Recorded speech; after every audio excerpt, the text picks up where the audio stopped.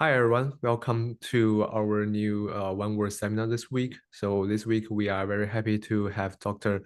Micah Goldblum to give us a talk on his recent work. Micah is still a postdoc at New York University working with Professor Ian LeQuinn and Andrew Gordon Wilson, and his research is awarded in winning work in Bayesian inference and generalization theory, and algorithmic reasoning and AI security and privacy. And his paper on model comparison received the Outstanding Paper Award in SML 2022. And before his current position, he received a PhD in mathematics at University of Maryland, and he worked with Professor Tom Goldstein. He will be joining the Columbia as an assistant professor. Let's enjoy his talk. Thank you, Micah. All right, well, thanks for having me and thanks for the introduction. I'm Micah and I'm from NYU, soon to be Columbia University. And today I want to talk about why neural networks generalize. We'll talk about generalization. I'll do a little bit of experiments, a little bit of theory, nothing too technical. Ooh, the slide transitions are not working. Is that okay? We're good. Cool.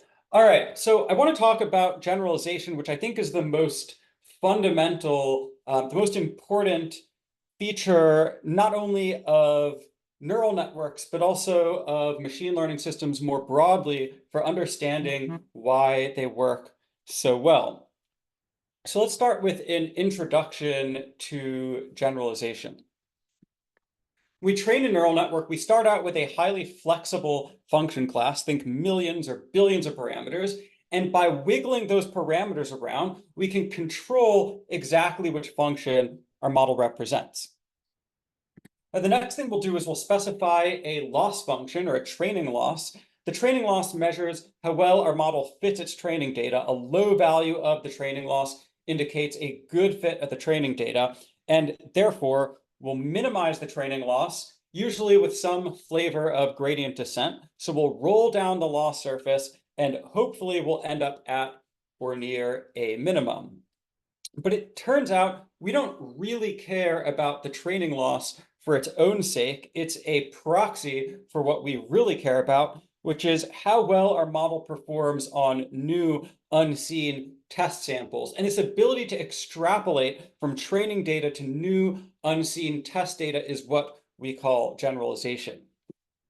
And while it might be possible to build all sorts of flexible models that can fit lots and lots of training data and yet fail to generalize to new unseen test data, in so many cases, neural networks generalize really well. So I want to understand, why do neural networks generalize so well? Now let's run an experiment. We'll take a convolutional neural network, the ResNet, and a linear model, the support vector machine. And these two models have a similar number of parameters. And because they both have a lot of parameters, they can both fit a ton of image classification data. So they both get like perfect training accuracy. And yet, when we go to test the two models out, we see that the linear model makes more than 10 times as many errors as the neural network. So we see here that you can build all sorts of different kinds of models that can fit lots and lots of data. Some of them might generalize much better than others. I want to know why this neural network generalizes well. And that will be the theme of this talk, where we try to understand why neural networks generalize or perform so well. And let's start by exploring some properties of neural network loss functions and what they can tell us about generalization. When we train a neural network, we're optimizing a highly non-convex loss function. So there might be all sorts of different minima available for us to find. So why do we find minima that generalize well? Every time we train a neural network, it generalizes well. So why do we find minima that generalize well?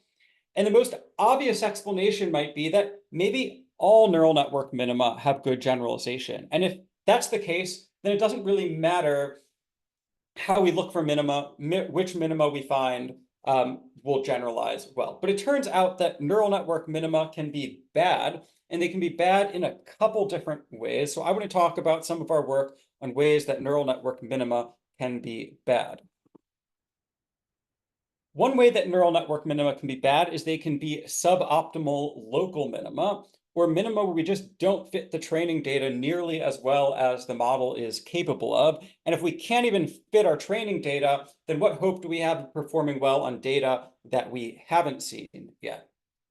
And there's a body of theory which might suggest that that maybe suboptimal local minima don't exist, or maybe they're not very suboptimal. But it turns out that on fairly realistic assumptions, we can prove that very suboptimal local minima indeed exist. The first assumption we'll make is that our loss function is continuous, and this holds for virtually all of the loss functions we use in practice. Think mean squared error, cross entropy loss. And now we'll take a multi-layer perceptron, a neural network with ReLU activation functions. Rectified linear units are one of the most popular activation function in practice. In fact, we just used them in the convolutional neural network experiment. So we have our neural network, and now we'll take a second model, a linear model, and equipped with our neural network and our linear model, we get the following result. If there exists a parameter vector for the neural network where it achieves a lower value of the training loss than the linear model is capable of achieving, then the neural network will also have a suboptimal local minimum. And just how suboptimal that local minimum is, called the suboptimality gap, is determined by just how much lower the neural network's loss gets than the linear model's loss. In practice, on a lot of the data sets we're interested in, neural networks can fit their training data much, much better than a linear model could, and therefore they'll also have highly, highly suboptimal local minima.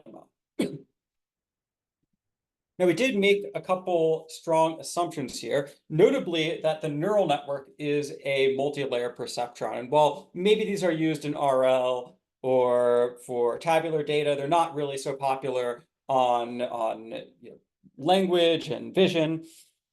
So we can extend this theory to other architectures, for example, to convolutional neural networks.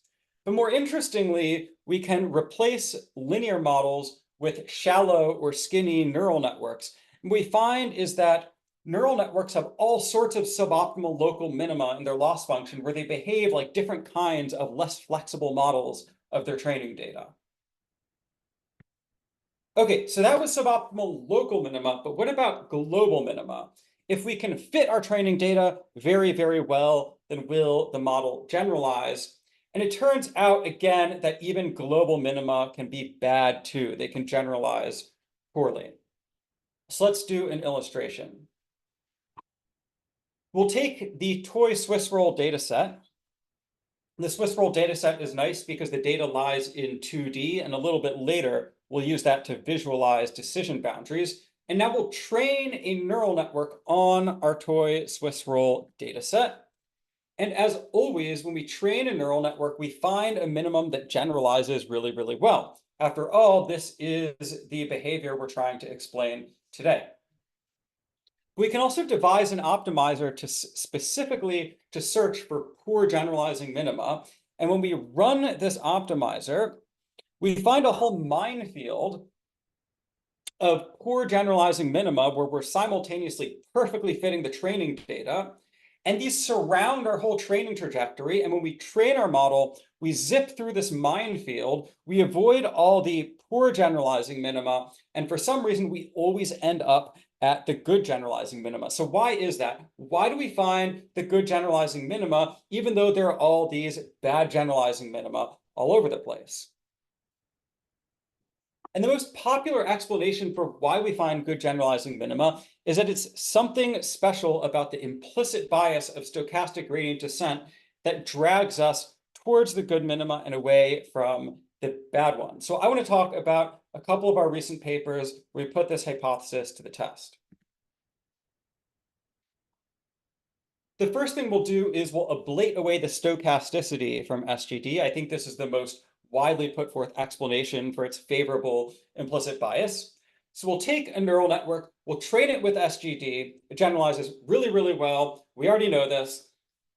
And now let's crank up the batch size to the full size of the training set. So now on every iteration of training, we're going to see every single training sample. So one iteration is a full epoch.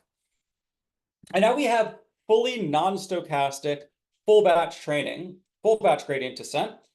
And yet our model performs really well. In fact, almost as well as stochastic gradient descent. So maybe stochasticity could be a cherry on top, but it can't explain why neural networks generalize well in the first place. But moreover, there's a body of theory mostly on stochastic convex optimization, which says that regularizers can't bridge the gap between full batch and stochastic training. And yet in our experiments, we find that a simple penalty on the norm of the gradient does exactly that. It recovers the performance of stochastic gradient descent, but without any stochasticity at all. So if it's not the stochasticity, then why do we find good generalizing minima? All of these experiments were some sort of gradient descent. So maybe it's the gradients. Let's ablate away the gradients next. Now we'll need a non-gradient based optimizer, and this turns out to be tricky. While we can think of optimizers like genetic algorithms, zeroth order optimizers, as we take really, really small steps, these optimizers start to look a lot like gradient descent. So maybe they also benefit from the same implicit bias as gradient descent. Instead, we'll use a really bad optimizer, and that is guess and check. And here's how guess and check works. We're going to randomly guess parameter vectors until we accidentally fit our training data, and then we're done. We're going to test the model out. When we run guess and check, we find that it generalizes at least as well as stochastic gradient descent. Now, a major caveat here is that because guess and check is such an appallingly slow optimizer, we can only run it on very, very small training sets. And yet, wherever we can run guess and check, it generalizes at least as well as stochastic gradient descent. So if it's not the stochasticity and it's not the gradients, then why do we find good generalizing minima? And to understand why, let's take a look at the good minima, let's take a look at the bad minima, and let's see what properties differentiate them. Before I go any further, I want to introduce the sharp-flat hypothesis, where flat minima are defined as ones that lie at the bottom of wide basins, whereas sharp minima are defined as ones that lie at the bottom of narrow basins. There's this one line of work which says that good minima tend to be flat, and there's another line of work which says that flat minima tend to be good, usually by intervening on training to increase the flatness so we can in turn improve performance or generalization. And yet, there's this paper which we might think of as a criticism of the sharp-flat hypothesis. I actually don't read this paper that way. I read this paper as saying we have to be careful how we talk about sharpness and flatness, or else we can be vulnerable to reparameterization arguments under which we can manipulate the sharpness or flatness metric without actually changing the function that our model represents. Okay, so there might be a relationship between flatness and generalization, but I want to understand why that relationship exists. And importantly, I want to understand why we find the good generalizing minima in the first place. So here's a hypothesis. Consider that flat minima have their property whereby when we wiggle the parameters around, we don't shoot up the loss function very quickly. But when we wiggle the parameters around, we might in turn wiggle the decision boundaries. And if we can wiggle our decision boundaries around a lot without unfitting our training data, then maybe flat minima correspond to wide margins decision boundaries. In contrast, sharp minima have their property whereby when we wiggle the parameters around, we rocket up the loss function very quickly. And when we wiggle the parameters around, we'll wiggle the decision boundaries. And if wiggling our decision boundaries around causes us to unfit our training data very quickly, then maybe sharp minima correspond to narrow margins decision boundaries. going back to our toy Swiss roll example, we can visualize the decision boundaries because our data lies in 2D. And we see indeed that the bad generalizing minima tend to correspond to very, very narrow margins decision boundaries. In fact, many of the training points look misclassified because they lie in these tiny little islands or little fingers snaking between points. They're actually all perfectly classified. And in contrast, the good generalizing minima tend to correspond to very wide margins decision boundaries. In a more recent paper, we've shown how to explore such phenomena in higher dimensional data. Now, here's an alternative, a complementary hypothesis. And I bring this one up because we will be formalizing this a little bit down the line into generalization guarantees. Imagine that we have some limited amount of training data, and just to fit whatever limited data we have to specify our parameters to very, very high precision. Think hundreds or thousands of decimal places. This is what it means to be sharp. Then do we still think that such parameters, which have such a small margin for error, will still fit new samplings of the data? After all, if we have uncertainty about our data, we may also have uncertainty about our parameters too. We can also visualize the minima themselves via random projection. Remember, our loss surface is high dimensional. We can visualize the minima via random projection. And we see indeed that the good generalizing minima tend to lie at the bottom of nice wide basins, whereas bad generalizing minima tend to lie at the bottom of very sharp basins. Okay, so there might be a relationship between flatness and margins and therefore generalization, but I want to know, why do we find the good generalizing minima in the first place? And to understand why, consider that because neural networks have tons and tons of parameters, their loss surface is very, very high dimensional. Now, flat minima, because they're wide, they can hold more stuff than sharp minima. They have a higher volume. And then the high dimensionality of the loss surface amplifies differences in volume. Consider that the difference in volume between a large radius set and a small radius set increases exponentially in the dimension. And therefore, in a very, very high dimensional loss surface, the flat minima are very, very big. They're easy to find. Now, that was all very speculative, but it'd be nice if we could get our hands dirty, run some experiments, and see just how big the differences in volume between the good generalizing and bad generalizing basins really are. If the good generalizing basins are much, much, much, much bigger, that might explain why we find them regardless of what optimizer we use. Okay, so we'll need something to measure the volume of. We'll specify a cutoff for the loss function, and we'll measure the volume of the stuff that lies below the cutoff in the basin. It turns out it doesn't really matter which cutoff we choose. A very wide range of them will give us the same behavior ultimately, but we'll choose a cutoff. So now we want to estimate the volume of the stuff in the basin that lies below the cutoff, and that forms a high dimensional solid. We want to estimate the volume of this high dimensional solid.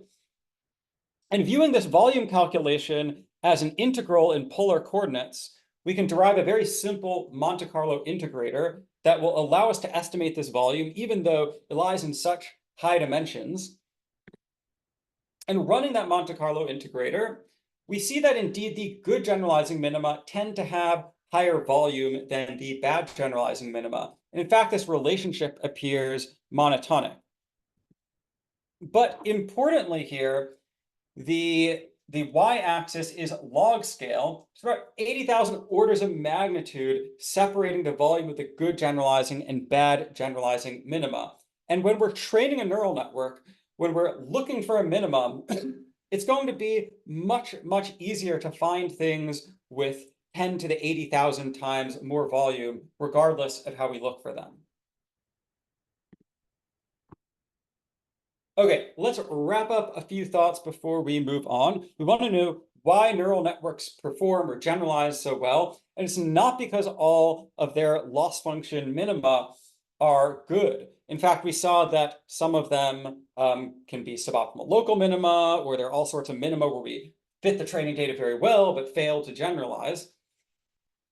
It's also nothing special about the implicit bias of stochastic gradient descent. In fact, we saw that even a naive optimizer like guess and check that finds things proportionally to their volume can generalize too.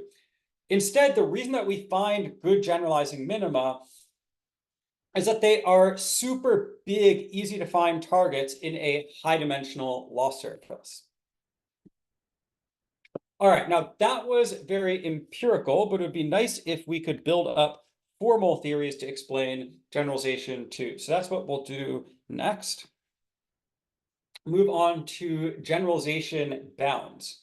Now, classical generalization bounds relied on complexity measures like Rademacher complexity, VC dimension, but because neural networks are very, very flexible, they have high Rademacher complexity, high VC dimension, and therefore those old bounds were vacuous for neural networks. So we want to build generalization bounds that can explain why models as flexible as neural networks can actually generalize well in practice.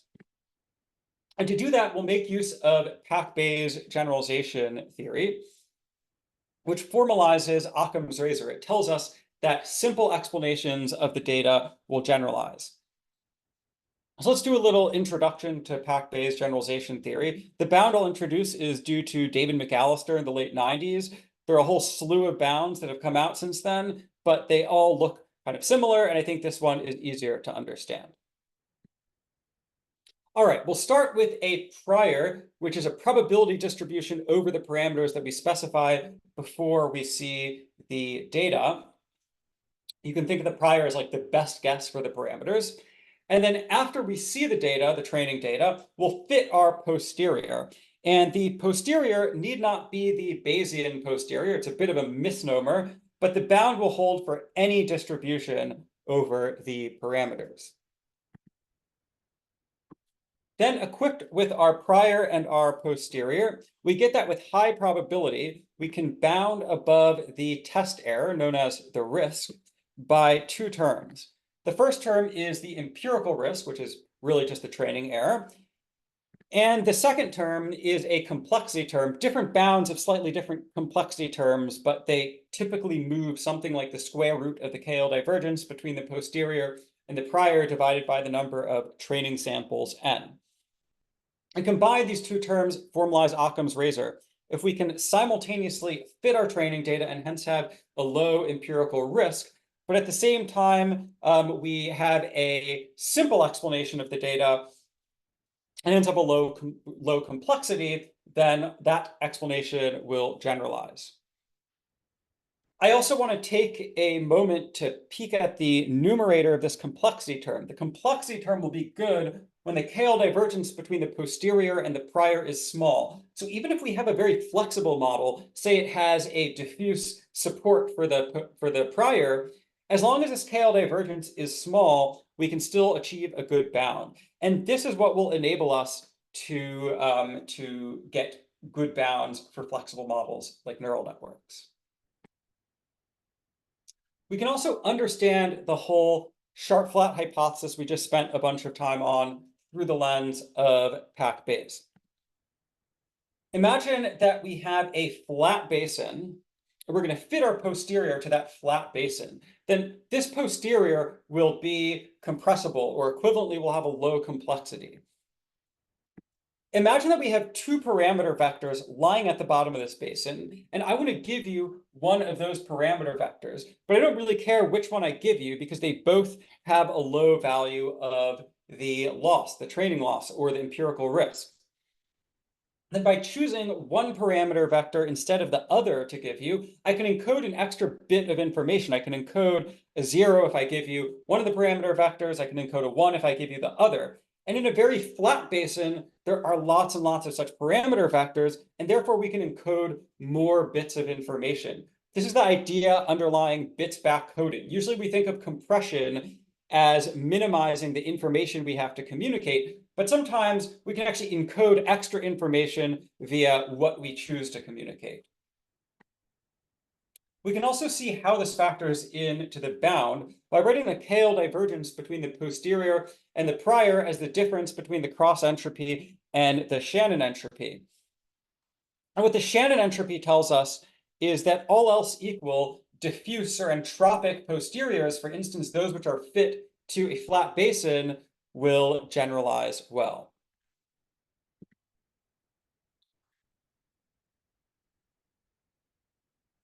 Okay, so that was PAC-Bayes generalization bounds, but I think there's a feeling in the community that formal theories of deep learning are just a little too flimsy to tell us anything interesting about real neural networks.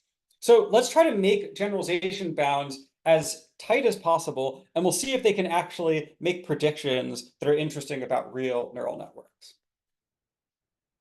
In order to make our bounds tighter, we'll need a few techniques. The first thing we'll do is we'll frame the problem in terms of compression. What this means is we'll put our prior mass disproportionately on parameters that can be stored in very few bits, compressible parameters. And then getting a good bound will simply be a matter of finding a parameter vector that fits our training data and is compressible, and then putting our posterior mass on that. Okay, so we need to compress. And one way we can compress is we can reduce the number of parameters. We could train a small neural network. But we'll run into a problem here, and that is often big neural networks are better than small neural networks. So we want to benefit from big neural networks while still reducing the number of parameters. So here's how we'll do it. We'll take a big neural network and we'll flatten the parameter vector, and then we'll apply a random projection into a much lower dimensional space, and we'll train in the much lower dimensional space. And this will allow us to simultaneously benefit from a big model while also reducing the number of parameters. All right, so we'll train in this low dimensional subspace, and we can further train in low precision. This will further reduce the number of bits it takes to store our model, so allow each parameter entry to take on some small number of quantization levels, some small number of values. And after we train, it turns out that some of those quantization levels might occur at different frequencies than others. And to the extent that that distribution is low entropy, we can further compress via arithmetic coding. Imagine that you have trained a model and you have a PyTorch checkpoint, and now you're going to convert that to a zip file. That's essentially what we're doing here. And finally, as an extra cherry on top, we can employ the intuition that the difference between a pre-trained model and a fine-tuned model is more compressible than the difference between a random initialization and the corresponding trained model. So just like how we can get a boost in empirical performance with transfer learning, we can similarly get a boost in a generalization bound. And combining all these techniques together, we can improve massively over previous state-of-the-art generalization bounds. But I want to focus in on a couple entries in particular. On CIFAR 10, one of the most popular image classification data sets, we can drop the previous best bounds by more than 30 percentage points. And on CIFAR 100, whereas previous bounds were vacuous, we can achieve the first non-vacuous bounds. Okay, so we can make bounds much tighter, but there's still a big work in progress. There's a lot of room for improving these bounds. So it would be interesting if our bounds were tight enough to predict real generalization phenomena in real models. So let's do an example. We know intuitively and also empirically that convolutional neural networks have a strong inductive bias for data with spatial structure. Think images, think audio. So let's see if our bounds are sharp enough to predict that. We'll take an image classification data set, and then we'll compute a generalization bound for a convolutional neural network and also for a multi-layer perceptron. And we see indeed that the convolutional neural network achieves a better bound. You might think that maybe that's not because of the preference of convnets for spatial structure. Maybe it's not because of the data. Maybe it's because our bound simply prefers convnets. Maybe they're easier to compress. So let's put this to the test. We'll apply a random permutation to the pixels of every image in the training set, and this will destroy the spatial structure in the data. And now we'll recompute our generalization bounds.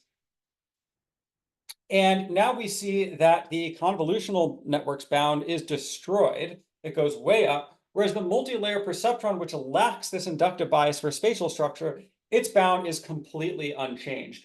So we see here that, that the bound can identify that convolutional neural networks benefit from spatial structure in the data, whereas multi-layer perceptrons do not.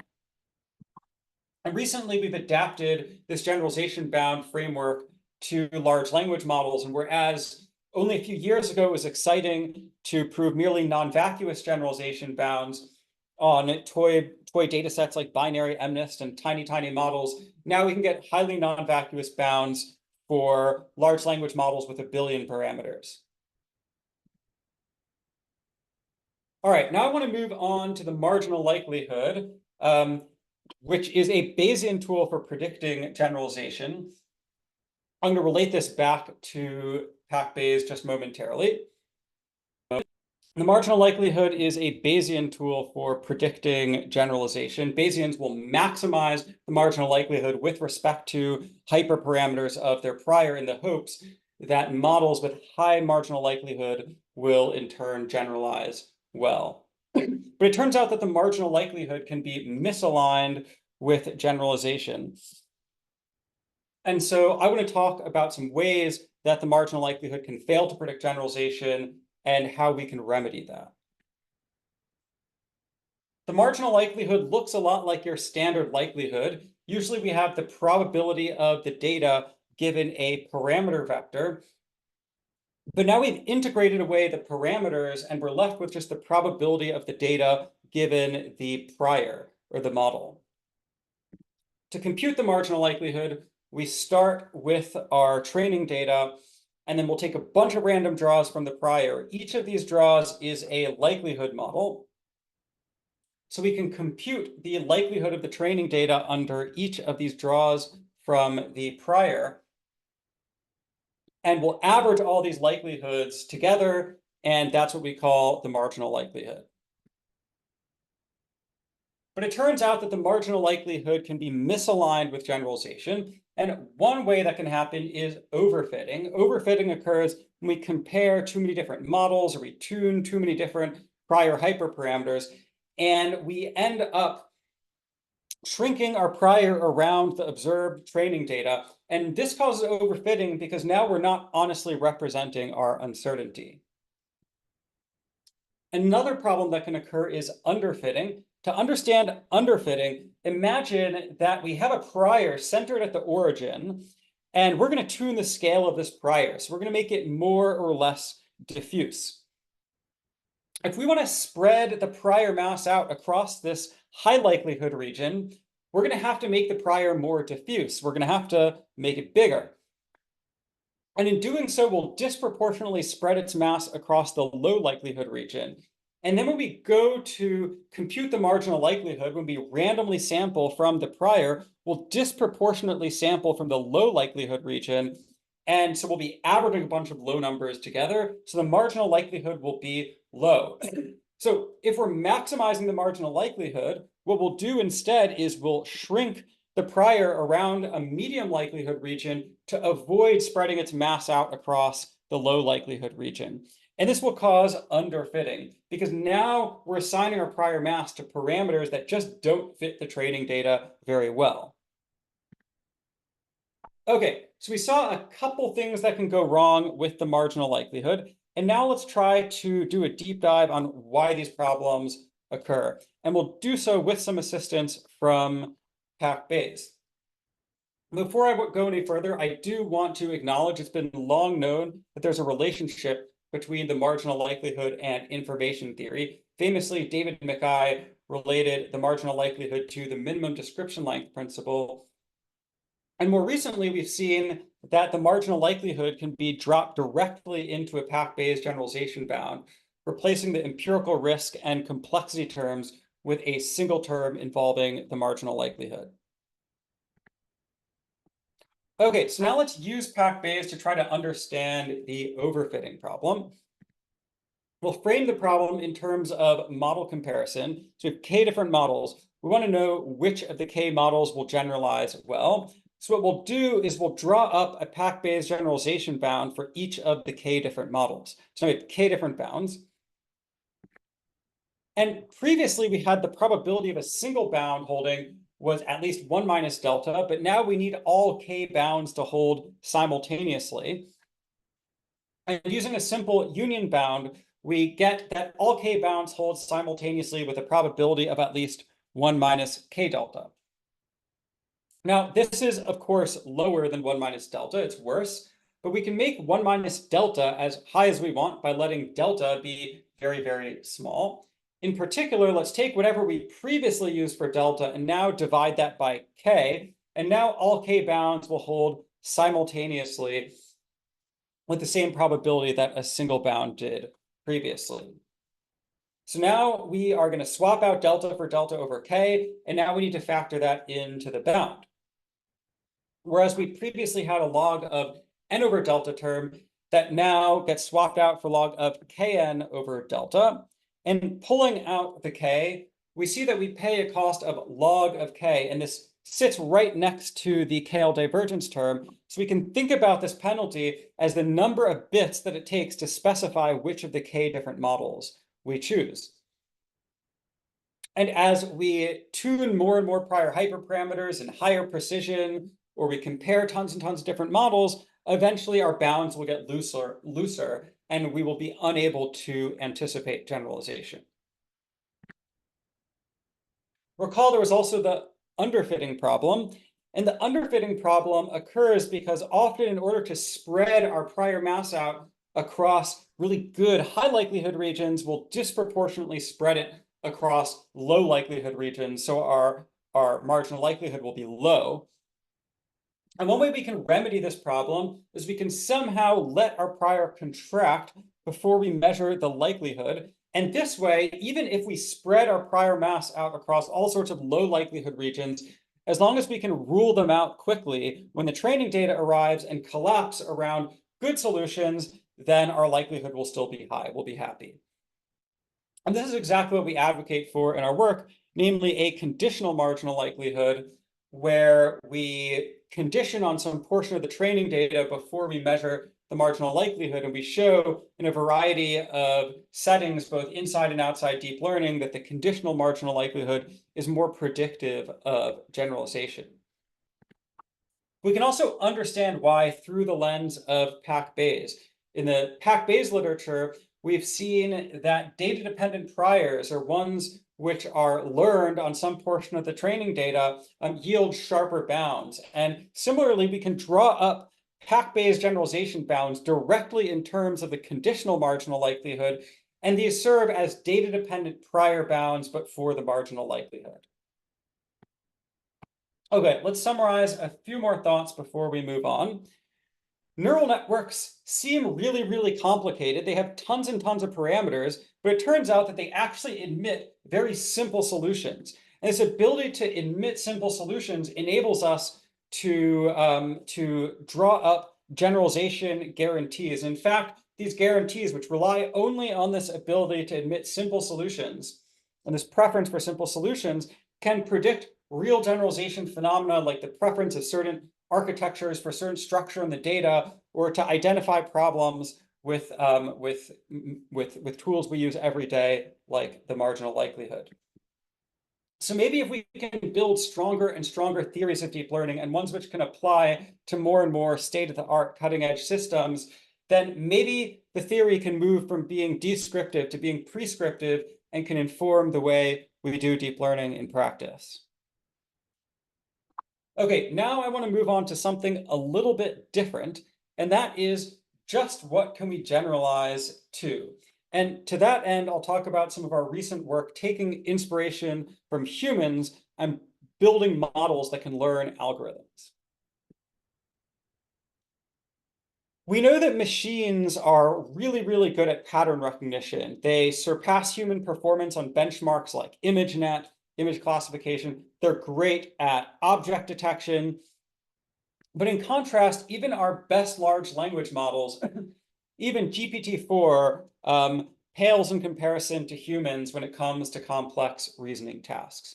And one property in particular that humans have is we can think longer to solve harder or more complex problems. If I give my math students a very, very easy problem, they might solve it very quickly. If I give them a hard math problem, it might take them much longer to solve. Maybe they'll still solve it, but it will take them longer to solve.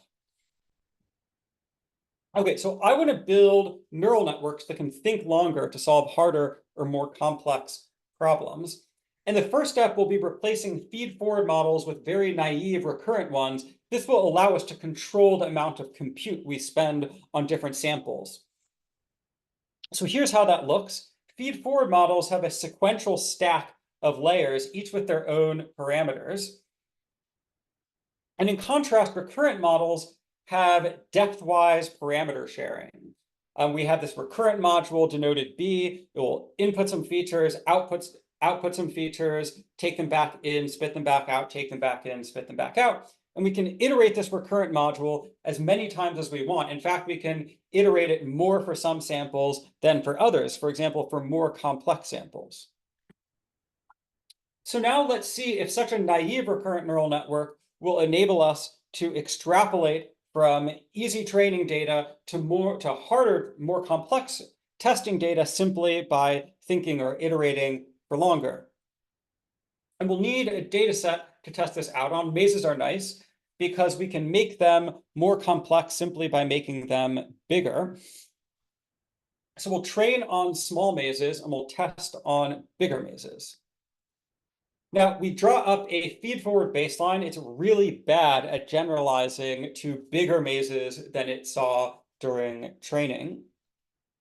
And in contrast, the recurrent model is much, much better. In fact, by the time it reaches the number of iterations it was trained on, namely 30, it's already reaching roughly double the test accuracy of the feed-forward baseline of the same depth. But importantly, the recurrent model keeps on getting better as we iterate more. So iterating more or thinking longer allows it to generalize better to these bigger mazes than it ever saw during training. But what happens next is not good. And we'll call this the overthinking problem. As we iterate and iterate and iterate, eventually our performance degrades until it reaches roughly 0% accuracy. So I want to avoid the overthinking problem, and here are a couple observations that will help us get there. When we're solving a problem, it's often useful to look at the problem we're trying to solve while we're solving it. And fortunately, the feed-forward and recurrent models can learn to do exactly this. They can copy the information contained in the problem into their features on every iteration and copy and copy and copy. But every time we copy, we might make mistakes. And as we copy and copy and copy, these errors can compound until we might just forget the problem we're trying to solve. So we'll make a very, very simple architectural change to resolve this problem, which we'll call recall. And all recall is a skip connection that sends the problem instance directly into the recurrent module on every iteration. So we can look back at the problem we're trying to solve while we're solving it. Now we don't need to worry about forgetting. Another problem we want to avoid is learning iteration-specific behaviors. For instance, we don't want the model encoding an iteration counter into its features, because then the recurrent module can say, now it's iteration 5, do iteration 5 behaviors. Now it's iteration 10, do iteration 10 behaviors.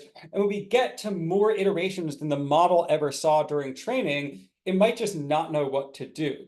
So here's how we'll prevent the model from learning iteration-specific behaviors. On every step of training, we'll choose a random number of iterations, perform those iterations, detach from the computation graph, perform another random number of iterations. When we compute the gradient of the loss, we only backpropagate to where we detach from the computation graph. And this will prevent us from learning iteration-specific behaviors. Going back to our maze setup, we see that now with these two improvements, we can avoid the overthinking problem and saturate to roughly 100% test accuracy, generalizing to these bigger mazes than the model was ever trained on. but you might not be that impressed by 13 by 13 mazes. They're not that much bigger than 9 by 9 mazes, but also they're pretty fast for humans to solve. So let's see what a model trained only on 9 by 9 mazes can generalize to. So this maze is a special size. It's an 801 by 801 maze, and it's not special because it's the biggest mazes that we can solve, but it's special because these were the biggest mazes we could fit on our tiny little academic GPUs. And these mazes have very long solutions. They take a long time for a human to solve.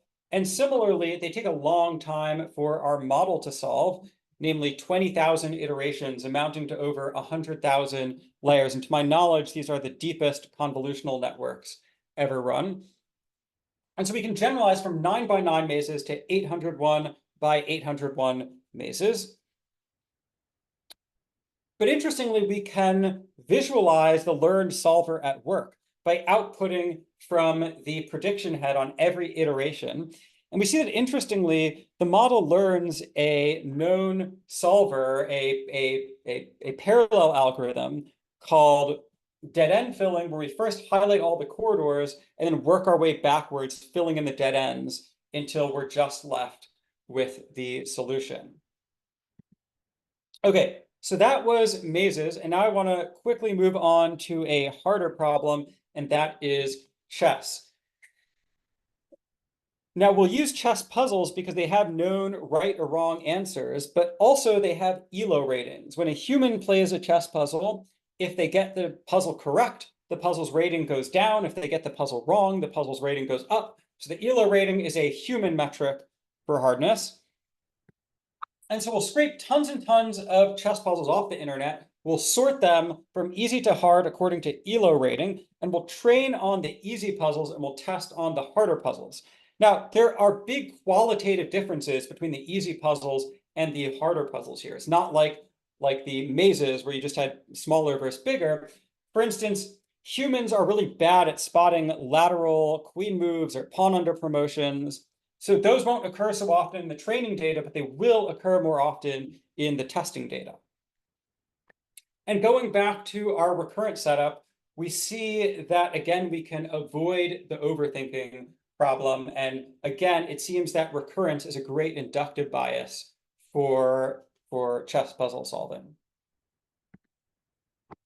Okay, and finally, I'm going to close with some thoughts about thinking. There's been all sorts of work on generalization across distribution shifts, for instance, different weather conditions, lighting conditions, noise. But there's something special about our case, which is that the architecture is different at test time than it is at training time. It's much, much deeper. And this ability to expend compute adaptively, to spend more compute on some problems than on others, might be absolutely crucial to generalizing to more complex problems. Second, we don't tell the model how we want it to solve a problem. We let it learn a solution on problem-solution pairs organically, end to end. And this stands in contrast to other approaches. For instance, AlphaZero is a tree search algorithm that simply uses a neural network to make the tree search faster. So maybe if we can learn new algorithms from scratch, maybe we can learn better ones to replace the handcrafted algorithms we rely on every day. And finally, the ability to think longer to solve harder problems is only one of the amazing capabilities of human cognition. For instance, humans can learn one solution strategy on one kind of problem, another solution strategy on another kind of problem, and can combine these solution strategies to solve new kinds of problems we haven't seen before. So maybe we can take inspiration from human cognition and build some of the amazing features of humans into our models too. Before I take any questions, I just want to thank all the amazing collaborators who made this possible. Only some of them are able to fit on the screen, but there are a bunch of other ones. And with that, happy to take any questions.